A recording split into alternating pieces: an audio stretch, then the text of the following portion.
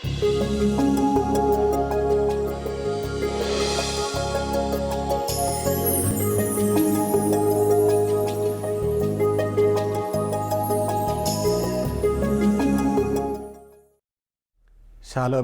എല്ലാ പ്രിയപ്പെട്ട പ്രേക്ഷകരെയും ഈ പരിചിന്തനത്തിലേക്ക് കർത്താവിൻ്റെ നാമത്തിൽ സ്വാഗതം ചെയ്യുന്നു. ഇതിനു മുമ്പൊരു എപ്പിസോഡിൽ ഞാൻ നിങ്ങളോട് സംസാരിച്ചത് സഭയിലും സമൂഹത്തിലും നിലനിൽക്കേണ്ടതായ തുല്യ ലിംഗനീതിയെക്കുറിച്ചാണ്. തുല്യത എന്ന് പറയുന്നത് ദൈവത്തിൻ്റെ സൃഷ്ടികൾ എന്ന നിലയിൽ ഓരോ വ്യക്തിയും ആർജിച്ചിട്ടുള്ളതാണ്. ഓരോ വ്യക്തിയും സൃഷ്ടിക്കപ്പെട്ടിരിക്കുന്നത് ദൈവത്തിൻ്റെ ഛായയിലും സാദൃശ്യത്തിലുമാണ്.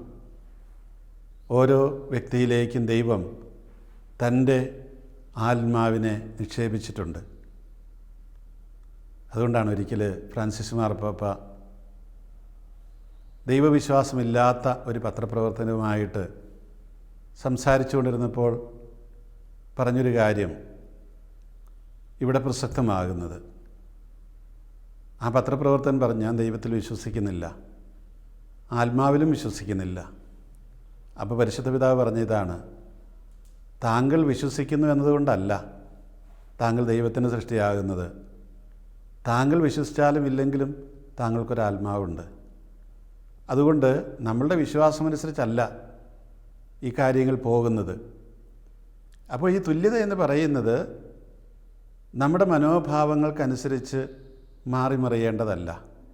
അതൊരു വസ്തുനിഷ്ഠാപരമായിട്ടുള്ള അവസ്ഥയാണത്. അതുകൊണ്ട് നമ്മുടെ സമൂഹത്തിൽ ഇങ്ങനെയാണ് എന്ന് പറയുന്നതിൽ അർത്ഥമൊന്നുമില്ല.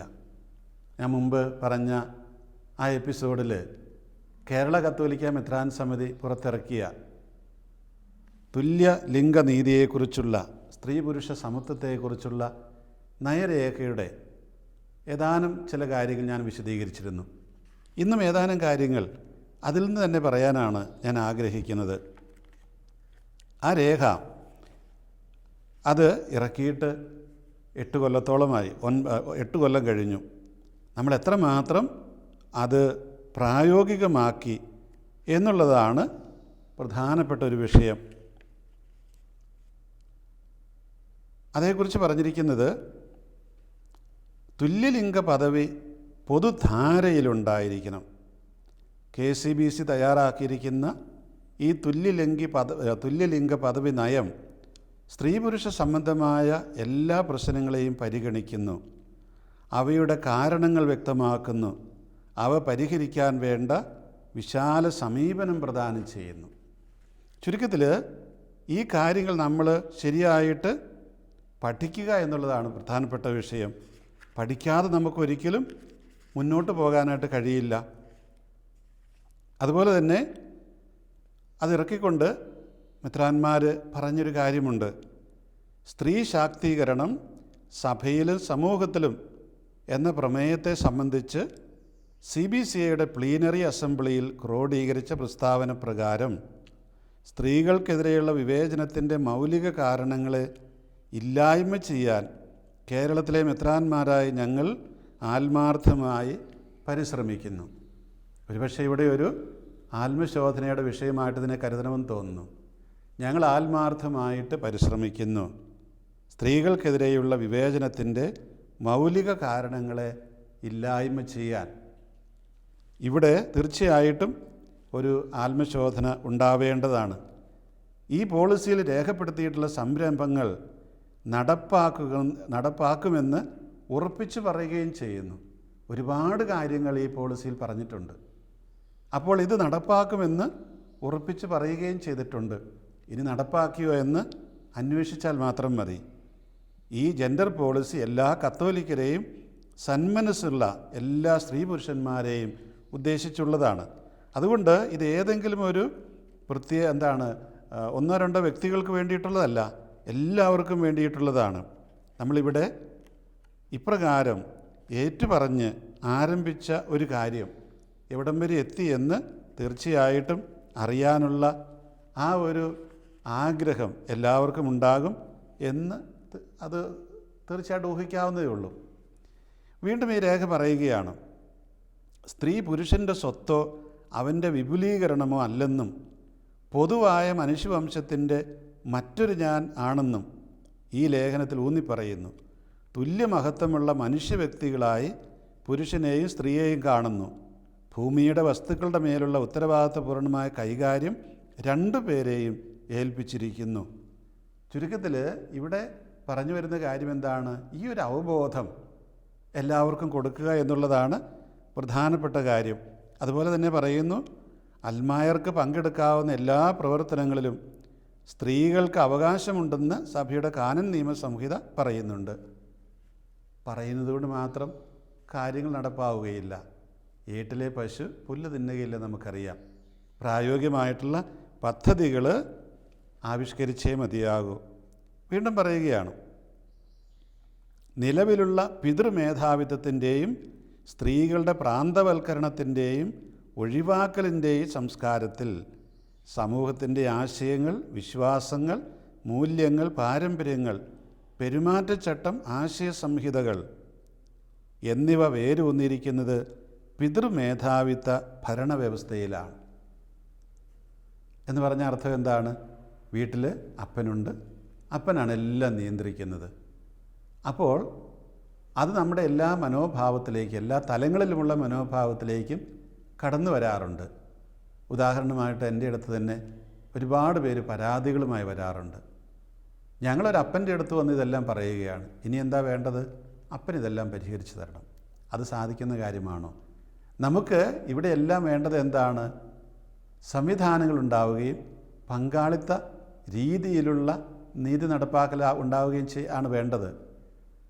തലപ്പത്തിരിക്കുന്ന ഒരപ്പനെല്ലാം ഏൽപ്പിച്ചു കൊടുത്തു കഴിഞ്ഞാൽ അപ്പൻ്റെ ഇഷ്ടമനുസരിച്ച് കാര്യങ്ങൾ മാത്രം നടക്കുകയുള്ളൂ. ഈ ഒരു മനോഭാവം നമ്മൾ അല്പമൊക്കെ മാറ്റണമെന്നാണ് ഈ പറയുന്നത്. കുടുംബം മുതൽ സമൂഹത്തിൻ്റെ വിവിധ ശ്രേണികളിലുള്ള മേധാവിത്വത്തിലൂടെ പുരുഷന്മാർ സ്ത്രീകളുടെ സാമ്പത്തികവും ബൗദ്ധികവും താത്വികവുമായ കഴിവുകളെയും അവരുടെ അധ്വാനം, ലൈംഗികത, ഉൽപ്പാദനക്ഷമത എന്നിവയെയും അവകാശപ്പെടുകയും നിയന്ത്രിക്കുകയും കൈകാര്യം ചെയ്യുകയും ചെയ്യുന്നത് വഴി സ്ത്രീകൾക്കെതിരെയുള്ള ചൂഷണം തുടർച്ചയായി നിലനിർത്തുന്നു. വളരെ ശക്തമായ ഒരു ആരോപണമാണിത്. അതായത് ഈ ഒരു എന്നാ പറയുന്നത്, എല്ലാത്തെയും അവകാശപ്പെടുക, നിയന്ത്രിക്കുക, അതിലൂടെ സംഭവിക്കുന്നത് എന്താണ്? ഈ ചൂഷണം അങ്ങനെ തുടർന്നുകൊണ്ടേയിരിക്കുന്നു. ഈ സംസ്കാരം അങ്ങ് മുമ്പോട്ട് പോയിക്കൊണ്ടേയിരിക്കുന്നു. ഈ സംസ്കാരം ചിന്തയിലും വാക്കിലും പ്രവൃത്തിയിലും സ്ത്രീയും പുരുഷനും എങ്ങനെ പെരുമാറണമെന്ന സ്ഥിര രൂപം, ചില സ്റ്റീരിയോ ടൈപ്പ് എന്ന് പറയും ഇംഗ്ലീഷിൽ, സ്ഥിര രൂപങ്ങൾ ഉണ്ടാക്കുകയും അതിനനുസരിച്ച് ഒരു മൂല്യവ്യവസ്ഥിതി കൈമാറുകയും ചെയ്യുന്നു. തൽഫലമായി സ്ത്രീ തന്നെ ഈ വ്യവസ്ഥിതിയുടെ ഇരയാവുകയും മറ്റുള്ളവരെ ഇരയാക്കുകയും ചെയ്യുന്നു. ചിരപ്രതിഷ്ഠിതമായി തീർന്നിട്ടുള്ള പിതൃ ആധിപത്യ മൂല്യങ്ങളുടെ നിഷേധാത്മകമായ അവസ്ഥ സ്വാഭാവികമായും സ്ത്രീകളുടെ അപര്യാപ്തമായ സഭാ പങ്കാളിത്തത്തിനും സമൂഹ പങ്കാളിത്തത്തിനും കാരണമായി ഭവിച്ചു. അപ്പോൾ ഈ ഒരു സ്റ്റീരിയോ ടൈപ്പ്, ഈ ഒരു സ്ഥിര ചിത്രം എന്താണ് അതിന് പറയുന്ന, ഇവിടെ പറഞ്ഞിരിക്കുന്ന പേര്, ഈ പറയുന്ന സ്റ്റീരിയോ ടൈപ്പിന് നമ്മളിങ്ങനെ ഒരു വാർപ്പ് മാതൃക എന്നാണ്. സ്ത്രീ ഇങ്ങനെ ആകാൻ പാടുള്ളൂ, അവൾക്ക് ഒരു മാതൃകയുണ്ട്, അതങ്ങനെ തന്നെ ഇരിക്കണം. ഇതിങ്ങനെ നിരന്തരമായിട്ട് പറയുകയും നമ്മളതിനെ പ്രോത്സാഹിപ്പിക്കുകയും അടിച്ചേൽപ്പിക്കുകയൊക്കെ ചെയ്യുന്നത് കൊണ്ട് സ്ത്രീകൾ തന്നെ അങ്ങനെയൊക്കെ ചിന്തിക്കും, ഞാൻ അങ്ങനെയാണ്. പക്ഷേ അങ്ങനെയല്ല, അങ്ങനെ ആകരുത് എന്നാണ് ഈ പറഞ്ഞുകൊണ്ട് വരുന്നത്. സ്നേഹം, ക്ഷമ, സഹാനുഭൂതി, ആത്മത്യാഗം എന്നിവയ്ക്ക് മാതൃകയായ ക്രിസ്തുവിന് ഘടകവിരുദ്ധമായാണ് മേധാവിത്വം, അടിച്ചമർത്തൽ എന്നീ സ്വഭാവങ്ങളോട് കൂടിയ പൗരുഷത്തെ കണക്കാക്കപ്പെട്ടിരിക്കുന്നത്. അപ്പോൾ ഈ സ്നേഹവും സഹാനുഭൂതിയും ക്ഷമയുമൊക്കെ സ്ത്രീകൾക്ക് മാത്രം പോരാ, അത് പുരുഷന്മാർക്കും വേണം. യേശുവിൻ്റെ മാതൃക അതാണ്. അതുകൊണ്ട് പുരുഷന്മാർ തങ്ങളിങ്ങനെയൊക്കെയാണ് എന്ന് കരുതിയിരിക്കരുത്. സ്ത്രീ പുരുഷ സ്ഥിരരൂപങ്ങളോട്, അതായത് ഈ സ്റ്റീരിയോ ടൈപ്സ് അനുരൂപപ്പെട്ടുള്ള പ്രവർത്തന രീതികളെ പ്രോത്സാഹിപ്പിക്കുകയും അതിന് ചേരാത്ത രീതികളെ ശിക്ഷിക്കുകയും ചെയ്യുന്നത് വഴി ഗാർഹിക സാമൂഹിക രംഗങ്ങളിൽ അറിഞ്ഞോ അറിയാതെയോ സ്ത്രീകൾ തന്നെ പിതൃമേധാവിത്വ ഭരണ സംവിധാനത്തിൻ്റെ പ്രചാരകരും പ്രോത്സാഹകരുമായിത്തീരുന്നു എന്ന് പറഞ്ഞ അർത്ഥം എന്താണ്? അത് ഈ അമ്മ പറഞ്ഞു കൊടുക്കുന്ന കാര്യങ്ങളാണ്. ഞാനൊരിക്കൽ നോർത്ത് ഇന്ത്യയിൽ പോയി, ഉത്തരാഞ്ചലിൽ. അവിടെ ചെന്നപ്പോൾ വളരെ രസകരമായ ഒരനുഭവം. അവിടുത്തെ കുടുംബങ്ങളിലെ സ്ത്രീകളാണ് മരത്തെ കയറുന്നത്. മരത്തെ കയറി, ഇപ്പോൾ ഉദാഹരണം ചക്കയിടാൻ കയറുന്നു. പുരുഷന്മാരല്ല, അവർ വീട്ടിൽ ഇരിക്കുകയുള്ളൂ, സ്ത്രീകളാണ്. അപ്പോൾ എന്നെ അത്ഭുതപ്പെടുത്തി. അപ്പോൾ പുരുഷന്മാർ മാത്രമേ മരത്തെ കയറുള്ളൂ എന്ന് നമ്മൾ കേരളത്തിൽ വിചാരിക്കുമ്പോൾ അങ്ങനെയല്ല എന്ന് അവിടെയുള്ള സ്ത്രീകൾ കാണിച്ചു തരുന്നു. അതുകൊണ്ട് അവിടെ ഒരു കുഴപ്പമില്ല. അപ്പോൾ സ്ത്രീകൾക്ക് മരത്തെ കയറാൻ പറ്റും. മരം കയറികൾ നമ്മൾ വിളിക്കാതിരുന്നാൽ മതി. നമ്മുടെ ആ ഒരു ഭാഷാപ്രയോഗം തന്നെ നോക്കിയ മരം കയറികൾ. ഇവിടെ ആരെങ്കിലും ഒരു പേരയിലൊരു പേരയ്ക്ക പറിക്കാൻ പെൺപിള്ളേർ കയറി നമ്മൾ പറയും മരം കയറിയാന്ന് പറയും. നേരെ മറിച്ച് അവിടെ വലിയ മരത്തെ കയറി ചവറിറക്കാനും ചക്കയിടാനും ഒക്കെ സ്ത്രീകൾ പോകുന്നു. ആരും അവരെ മരം കയറികളായിട്ട് കരുതുന്നില്ല. അപ്പോൾ നമ്മുടെ മനോഭാവത്തിൻ്റെ സാംസ്കാരികമായ സ്റ്റീരിയോ ടൈപ്പ് ഉണ്ടാക്കുന്നതിൻ്റെ പ്രത്യേകതയാണ് ഇവിടെ. നമുക്കത് സഹിക്കാനായിട്ട് പറ്റുന്നില്ല. അതുപോലെ ചില സമൂഹങ്ങളുണ്ട്. ആ സമൂഹങ്ങളിൽ മേട്രിയാർക്കി എന്ന് പറയും. എന്ന് പറഞ്ഞാൽ അമ്മയുടെ ആധിപത്യം, അമ്മയാണ് കാര്യങ്ങളെല്ലാം തീരുമാനിക്കുന്നത്.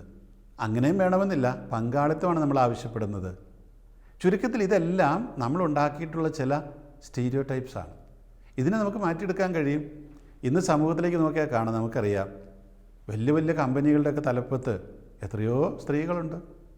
നമ്മളുടെ രാജ്യത്തിന് തന്നെ ഭരണ നേതൃത്വത്തിലുണ്ടായിരുന്ന സ്ത്രീകളില്ല, ഇപ്പോഴും ഇല്ലേ? അതുപോലെ ലോകത്തിലെ എത്രയോ സ്ഥലങ്ങളിൽ പ്രധാനമന്ത്രിമാരായും പ്രസിഡന്റുമാരായിട്ടും ഒക്കെ സ്ത്രീകൾ ചെയ്യുന്നുണ്ട്, കാര്യങ്ങൾ ചെയ്യുന്നുണ്ട്. അവിടെ എന്തെങ്കിലും കുഴപ്പമുണ്ടായിട്ടുണ്ടോ? ഇല്ല. അറിയപ്പെടുന്ന വലിയ കമ്പനികളുടെ, മൾട്ടിനാഷണൽ കമ്പനികളുടെ തലപ്പത്തുള്ളവർ സ്ത്രീകളാണ്. ഒരു കുഴപ്പമുണ്ടായിട്ടില്ല. അതൊക്കെ അവർക്ക് ചെയ്യാൻ പറ്റും. എത്രയോ പേര് ടാക്സി ഓടിക്കുന്നു, എത്രയോ പേര് ട്രെയിൻ ഡ്രൈവേഴ്സ് ഉണ്ട്, എത്രയോ പേര് പ്ലെയിൻ. നമ്മുടെ ഇന്ത്യയിലാണെങ്കിൽ പ്രത്യേകിച്ച് ഈ വനിതാ ദിനത്തോടനുബന്ധിച്ച് പലപ്പോഴും പ്ലെയിൻ തന്നെ ഒരു വനിതകളടങ്ങുന്ന ക്രൂ ആണ് അവർ കൊണ്ടുപോകുന്നത്. യൂറോപ്പിലേക്ക്, അമേരിക്കയിലേക്ക് ഒറ്റയ്ക്ക് അവർ പറത്തിക്കൊണ്ടു പോകുന്നത്. അതുപോലെ നമ്മുടെ വായുസേനയിൽ സ്ത്രീകൾ മാത്രം അടങ്ങുന്ന ചില ഭാഗങ്ങളുണ്ട്. അവരിതെല്ലാം ചെയ്യുന്നുണ്ട്. അപ്പോഴവർക്ക് ചെയ്യാൻ പാടില്ല എന്ന് നമ്മൾ സങ്കല്പിച്ച് വെച്ചിരിക്കുന്നതുകൊണ്ടാണ് അവരതിലേക്ക് പോകാത്തത്. നമ്മുടെ കുട്ടികൾ കൂടുതലും നേഴ്സിങ്ങിനും മെഡിസിനും എൻജിനീയറിംഗ് ഒക്കെ മാത്രമേ പോകുന്നുള്ളൂ. എന്തുകൊണ്ട് കേരളത്തിൽ ഉദാഹരണത്തിന് ഒരുപാട് പേര് പോലീസ് സേനയിലേക്ക് പോകുന്നില്ല, പട്ടാളത്തിലേക്ക് പോകുന്നില്ല? കാരണം ഈ സ്റ്റീരിയോ ടൈപ്പാണ് പ്രശ്നം. അതിൻ്റെ കുഴപ്പം എന്താണ്? അതുകൊണ്ടുണ്ടാകുന്ന കുഴപ്പം, അപ്പോൾ നമ്മുടെ സമൂഹത്തിൻ്റെ, മനുഷ്യവംശത്തിൻ്റെ ഒരു ഭാഗത്തുനിന്ന് കിട്ടേണ്ടതായിട്ടുള്ള നന്മകൾ സമൂഹത്തിൽ കിട്ടാതെ പോകുന്നുണ്ട്. പുരുഷന്മാർക്ക് നന്മയുണ്ട്.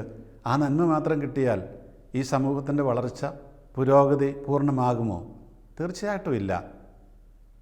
നമുക്കറിയാം, നമുക്ക് ജന്മം കിട്ടിയിട്ടുള്ളത് ഏതെങ്കിലും ഒരാളുടെ മാത്രം ശ്രമം കൊണ്ടല്ല. സ്ത്രീയും പുരുഷനും ഒരുപോലെ സഹകരിച്ചതുകൊണ്ടാണ് എനിക്കും നിങ്ങൾക്കുമൊക്കെ അസ്തിത്വം കിട്ടിയത്. ഇതുപോലെ തന്നെയാണ് ഈ സമൂഹത്തിന് നല്ലൊരു അസ്തിത്വം കൊടുക്കണമെങ്കിൽ സ്ത്രീയും പുരുഷനും ഒരുപോലെ പരിശ്രമിക്കണം, ഒരുപോലെ പങ്കാളിത്തം ഉണ്ടാകണം. എങ്കിൽ മാത്രമേ ഈ പറയുന്ന രീതിയിലുള്ള ഒരു വികസനം ഉണ്ടാവുകയുള്ളൂ. അതുകൊണ്ട് ജീവിതത്തിൻ്റെ എല്ലാ തുറകളിലും സ്ത്രീകൾ അടിച്ചമർത്തലും വിവേചനവും ചൂഷണവും അനുഭവിക്കുന്നു. ലിംഗതുല്യത കൈവരിക്കുന്നതിന് നേരിടേണ്ടി വരുന്ന വെല്ലുവിളികൾ ഇന്നത്തെ പശ്ചാത്തലത്തിൽ വളരെ വളരെ വലുതാണ്. ഈ വെല്ലുവിളികളെ നമ്മൾ നേരിട്ടേ മതിയാകൂ. അതിനു വേണ്ടിയിട്ടാണ് ഈ KCBCയുടെ ജെൻഡർ പോളിസി പറയുന്ന ചില കാര്യങ്ങൾ നമ്മൾ ശ്രദ്ധിക്കേണ്ടത്. അതുവഴി ചില കാര്യങ്ങൾ പറഞ്ഞിട്ടാണ്, അതുവഴി ലിംഗവിവേചനപരമായ ആചാരങ്ങളെ ഇല്ലായ്മ ചെയ്യാൻ KCBC ആഗ്രഹിക്കുകയാണ്. നമുക്കറിയാം, ഇതൊരു വളരെ വളരെ പ്രയാസമേറിയ കാര്യമാണ്. KCBC ആഗ്രഹിച്ചാലൊന്നും ഇതധികമൊന്നും നടപ്പില്ല. പറയാമെന്നുള്ളതല്ലാതെ മാറ്റങ്ങൾ വരുത്തേണ്ട നിങ്ങളിലും എന്നിലും മാറ്റങ്ങളുണ്ടാകണം. നമ്മുടെ കുടുംബങ്ങളിലാണ് ഈ മാറ്റങ്ങൾ വരേണ്ടത്. കുടുംബത്തിലെ സംസാര ശൈലിയിൽ, കുടുംബത്തിലെ മനോഭാവങ്ങളിൽ, മാതാപിതാക്കളും മക്കളോടും തിരിച്ചുമുള്ള മനോഭാവങ്ങളിൽ, അവിടെയൊക്കെയാണ് ഈ മാറ്റങ്ങൾ വരേണ്ടത്. അതല്ലാതെ KCBCയുടെ ഒരു ആഗ്രഹം കൊണ്ട് മാത്രം നടക്കുകയില്ല.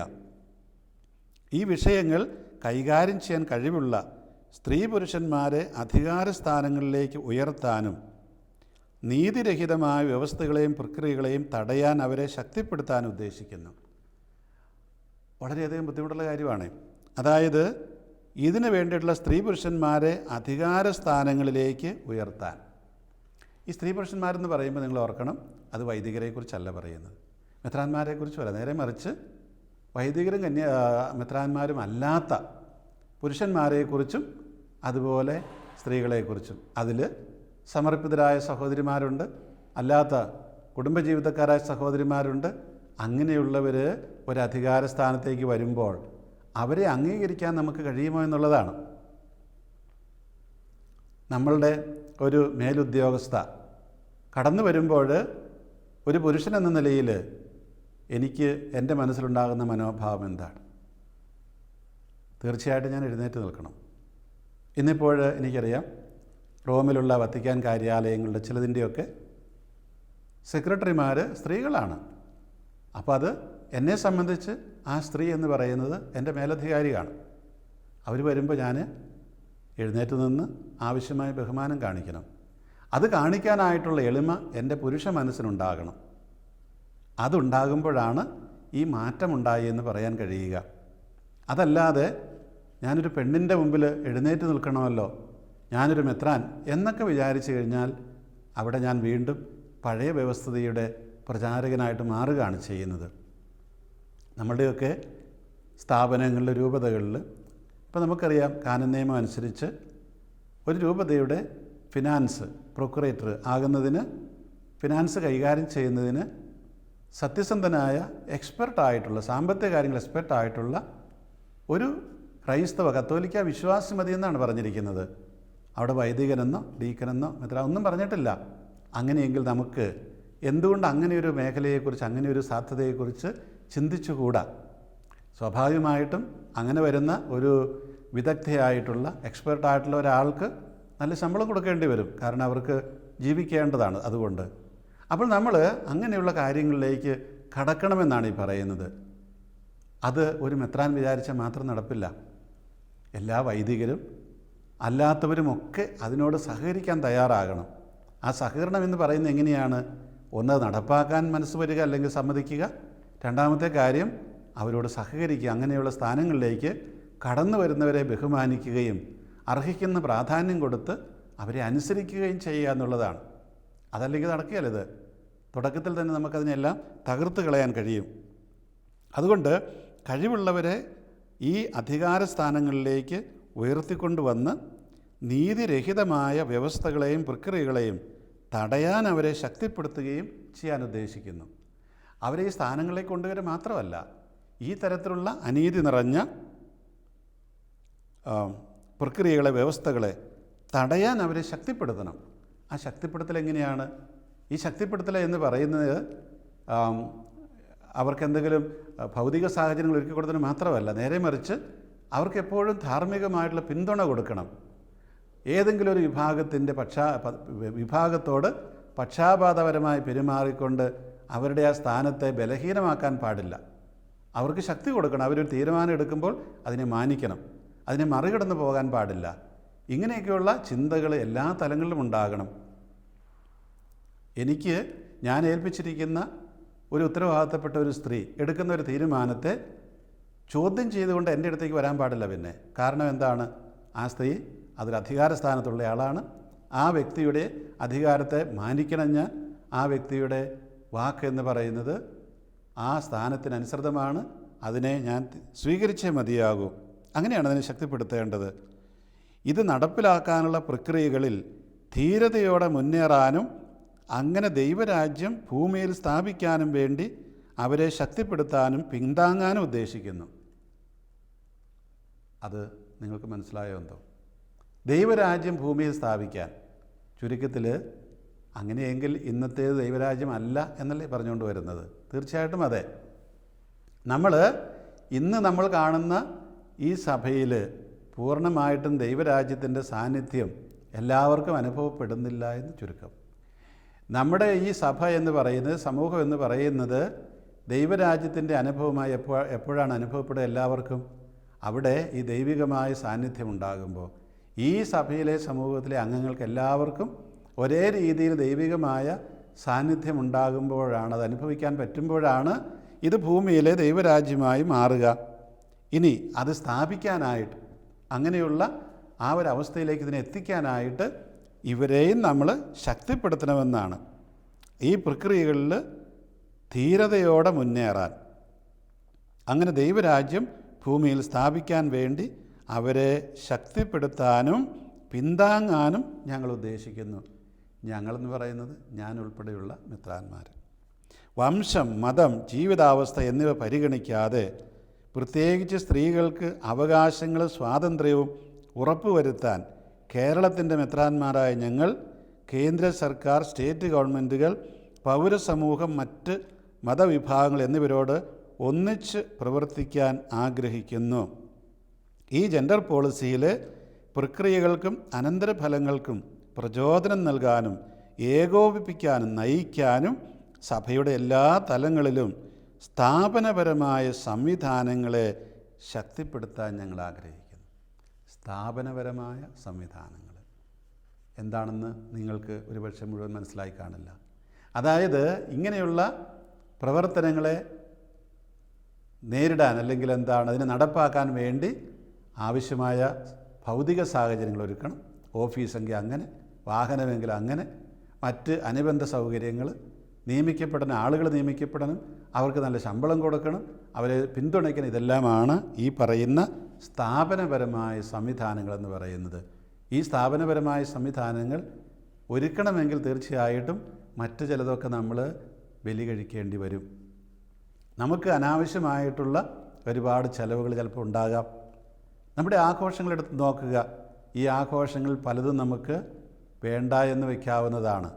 വളരെ അത്യാവശ്യമായിട്ടുള്ള ദൈവരാജ്യം സ്ഥാപിക്കാൻ ആവശ്യമായിട്ടുള്ള കാര്യങ്ങൾക്ക് പ്രാധാന്യം കൊടുക്കാതെ നമ്മൾ അതിനൊന്നും ഉപകരിക്കാത്ത ചില ആഘോഷങ്ങൾക്ക് വേണ്ടി ചെലവഴിക്കുമ്പോൾ അത് തീർച്ചയായിട്ടും അക്രൈസ്തവമായ മനോഭാവമായേ കാണാനായിട്ട് കഴിയുകയുള്ളൂ.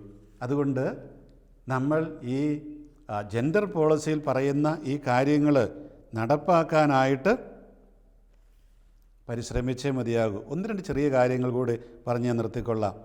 സഭയുടെ കമ്മീഷനുകളിലും സമിതികളിലും സ്ഥാപനങ്ങളിലും കുടുംബങ്ങളിലും പരിശീലന ഭവനങ്ങളിലും സ്ത്രീകളെ മുഖ്യധാരയിൽ എത്തിക്കുന്നത് ഉറപ്പുവരുത്തുക. അതെ, ഇത് എവിടെയൊക്കെ വേണം? കമ്മീഷനുകളിലും സമിതികളിലും സ്ഥാപനങ്ങളിലും കുടുംബങ്ങളിലും പരിശീലന ഭവനങ്ങളിലും അവരെ മുഖ്യധാരയിൽ എത്തിക്കുക. അപ്പോൾ നമ്മൾ തീർച്ചയായിട്ടും ഒന്നിച്ചു നിന്ന് കഴിയുമ്പോൾ വളരെ സമത്വപൂർണമായ, നീതിയിൽ അടിയുറച്ചതായ, തുല്യനീതിയിൽ അടിയുറച്ചതായ, തുല്യതയിൽ അടിയുറച്ചതായ ഒരു ദൈവരാജ്യം അത് നമുക്ക് ഈ ഭൂമിയിൽ സൃഷ്ടിക്കാൻ കഴിയും. അതിൻ്റെ നിത്യതയിലേക്കാണ് നമ്മളെല്ലാവരും വിളിക്കപ്പെട്ടിരിക്കുന്നത്. ദൈവം നിങ്ങളെ അനുഗ്രഹിക്കട്ടെ.